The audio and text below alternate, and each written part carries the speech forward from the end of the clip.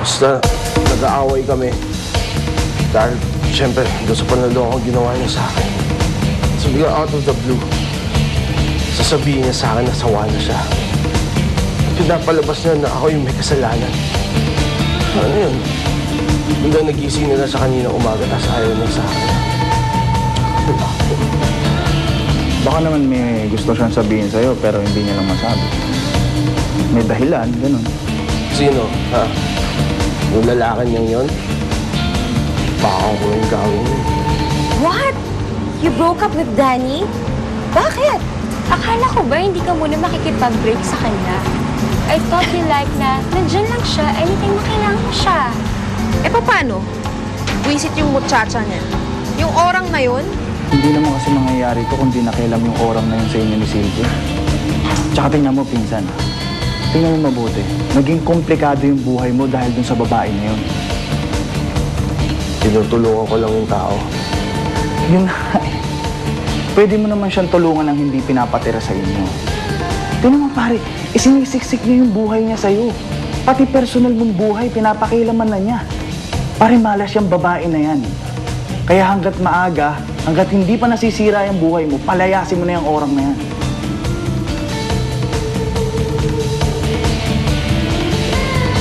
Ibinuking ba naman ako kay Danny na I was kissing Anton? Natural, nung kinonfront niya ako, di nag-flare up ako. I broke up with him. Akala siguro ng orang na yan, palalampasin ko yung ginawa niya. Mukhang may pinaplano ka, girl. Gagantihan ko lang naman yung orangbutan na yun.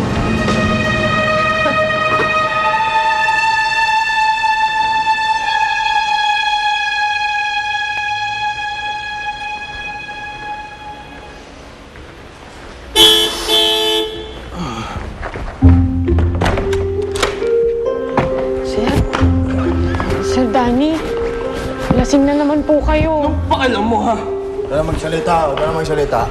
Alam mo ba nakipag-break si Sylvia dahil sa'yo, ha? Ikaw na bahala dyan. Tara.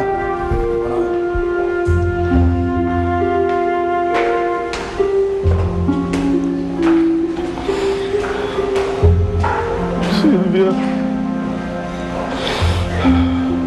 Sylvia, I love you. Sylvia.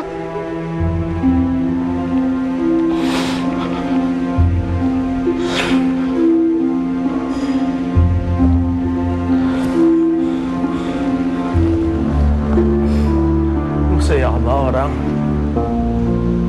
Ha?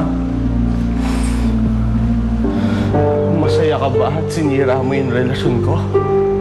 Sa babaeng mahal na mahal ko?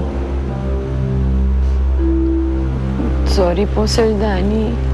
Sorry po sa ginawa ko.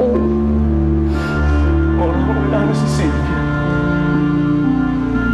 Wala na siya sa akin. Patawarin niyo po ako, sir. Patawarin niyo po ako. Iwan mo na lang ako.